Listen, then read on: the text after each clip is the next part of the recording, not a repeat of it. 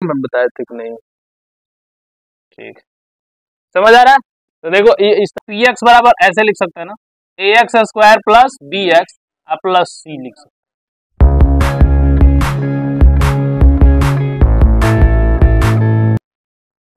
देखिए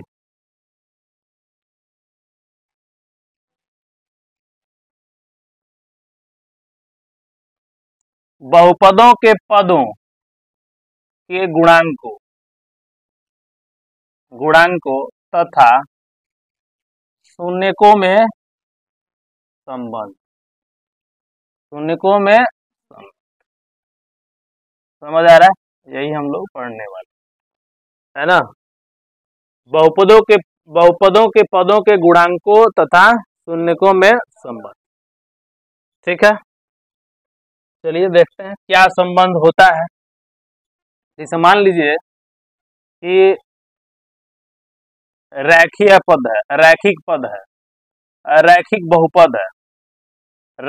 रैखिक बहुपद का प्रारूप बोलो क्या होता है?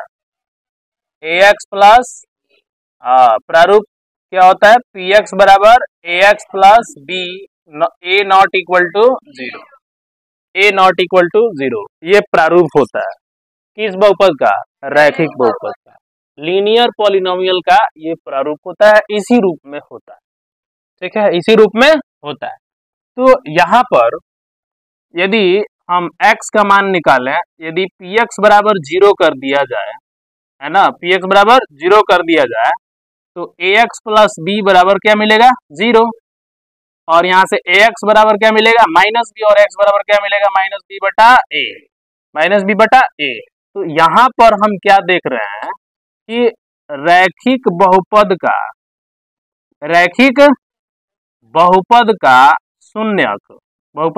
शून्य।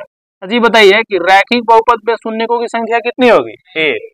यह किस पर निर्भर करता है? इसके घात पर निर्भर करता है। तो रैखिक बहुपद का जो शून्यक बनेगा ना, शून्यक मान लेते हैं क्या है? अल्फा है। क्या है जी? अल्फा। तो ये कितना बनेगा? देखिए ध्यान से, माइनस बी क्या है? अचर पद है। क्या है जी? अचर पद। इसमें कुछ नहीं होता है, एक्स वगैरह उसको अचर मान लेते हैं, और बट्टा ए क्या है? एक्स का गुणांक। ए जो है एक्स का क्या है? गुणांक। देखो एक्स का गुणांक। तो शून्यक और इनके पदों के गुणांक में संबंध निकल गया, नहीं निकल गया है? गुणनखंड निकल गया कि नहीं? ठीक है, तो अल्फा माइनस अचर पद अब बटा एक्स का गुणांक। कितने लोग कह रहे हैं सर ये तो बता दिए थे, तुमको मालूम है बताए थे कि नहीं? ठीक, समझ आ रहा है? तो देखो ये इस तरह से निकल गया। चलो दूसरा देखते हैं। दूसरा है द्विघात बहुपद। कौन जी? द्विघात बहुपद। देखो द्विघात बहुपद का प्रारूप बोलो। हाँ, पी एक्स बराबर ऐसे लिख सकते हैं ना, A X square plus B X plus C लिख सकते हैं, जहाँ A not equal to zero. ये तो जरूर बताना है, ये नहीं बताइएगा तो ये डिफाइन ही नहीं होता है, समझ में? हाँ, ये दिखाना पड़ेगा, क्योंकि द्विघात मतलब होता है कि एक्स का घात 2 होना चाहिए, ए को जीरो कर दिया जाना तो ये खत्म हो जाएगा, तो फिर द्विघात का कोई मतलब नहीं रह पाएगा। तो A X square plus B X plus C ये हो गया। अब यहाँ पर देखिए, यहाँ पर जो है ए बी और सी, इसको क्या कहते हैं जी? वास्तविक संख्याएं। क्या है ये? वास्तविक संख्याएं। वास्तविक संख्याएं है, समझ में? कौन संख्या है? वास्तविक, माइनस प्लस रूट, है ना, कुछ में भी हो सकता है। वास्तविक संख्या क्या होता है? तो वास्तविक संख्या को बोलते हैं यह परिमेय तथा, ये क्लास हो गया ना, यह परिमेय तथा अपरिमेय संख्याओं का समुच्चय होता है। अपरिमेय संख्या दोनों मिला के बोलते हैं परिमेय तथा अपरिमेय संख्या। ठीक है, चलो वो जो वैसा कोई संख्या ही नहीं है, दो संख्या में होता है। वास्तविक संख्या बस परिमेय और अपरिमेय, समझा ना? इससे बाहर कुछ नहीं होता है। ठीक है, परिमेय तथा अपरिमेय संख्या। पी एक्स बराबर A X square plus B X plus C. Clear हो गया यहाँ तक? चलो अब हम यहाँ पर देखते हैं, है ना, माना अल्फा तथा बीटा है ना, द्विघात बहुपद के द्विघात बहुपद के शून्यक है। क्या है जी? द्विघात बहुपद के शून्यक, अल्फा तथा बीटा बहुपद के शून्यक है। ठीक है, तो शून्यकों का योग हमको यहाँ से निकालना है। क्या निकालना है जी? शून्यकों का योग। देखो ध्यान से, शून्यकों का योग।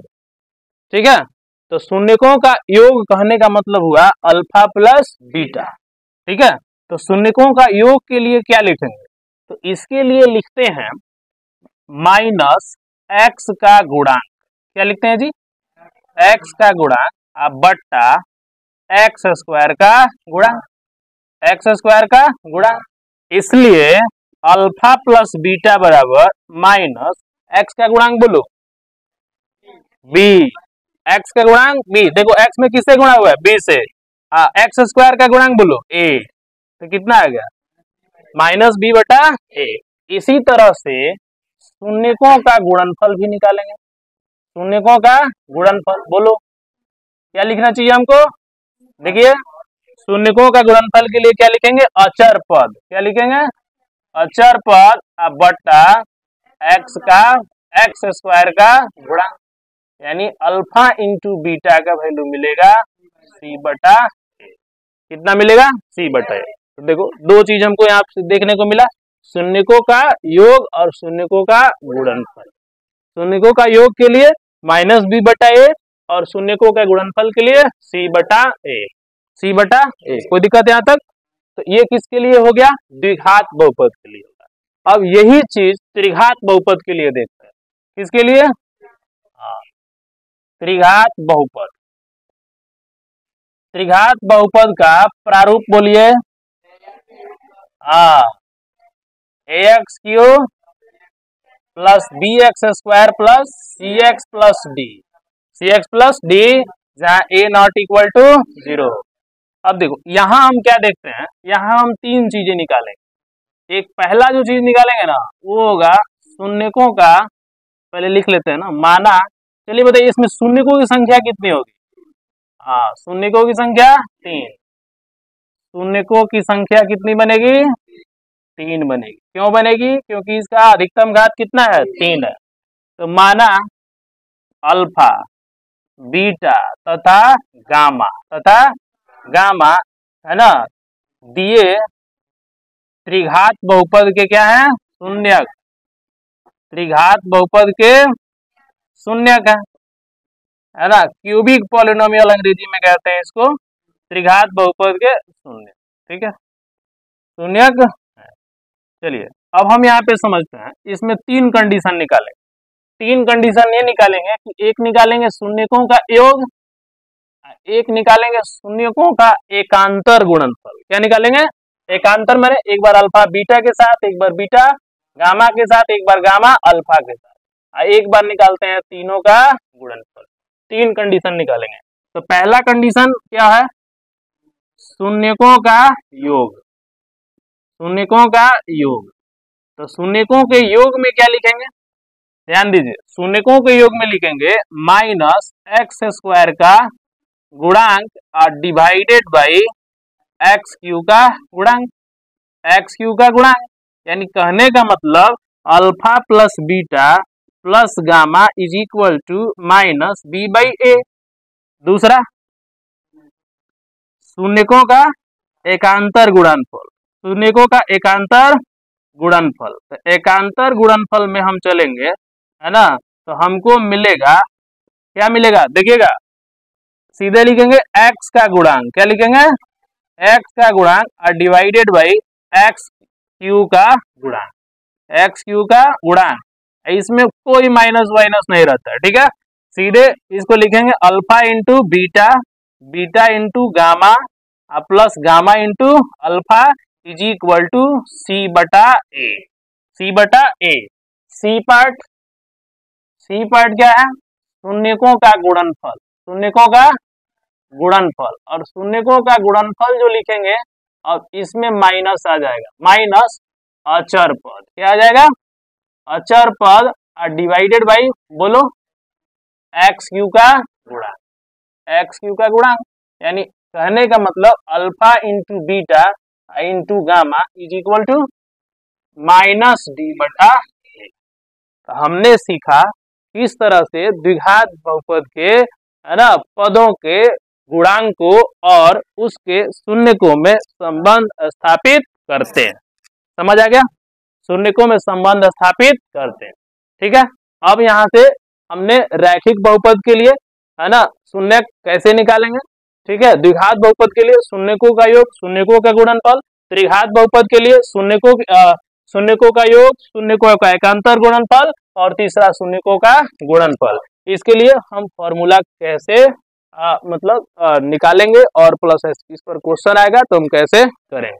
ठीक है, तो ये सारा कंडीशन आपको पता होना चाहिए। ये क्वेश्चन बहुत कम आता है, ये वाला त्रिघात बहुपद, लेकिन मैंने आपको बता दिया है कि हो सकता आ जाए तो बन जाए, है ना। समझ आ रहा है? तो इसको नोट कर लीजिए फटाफट।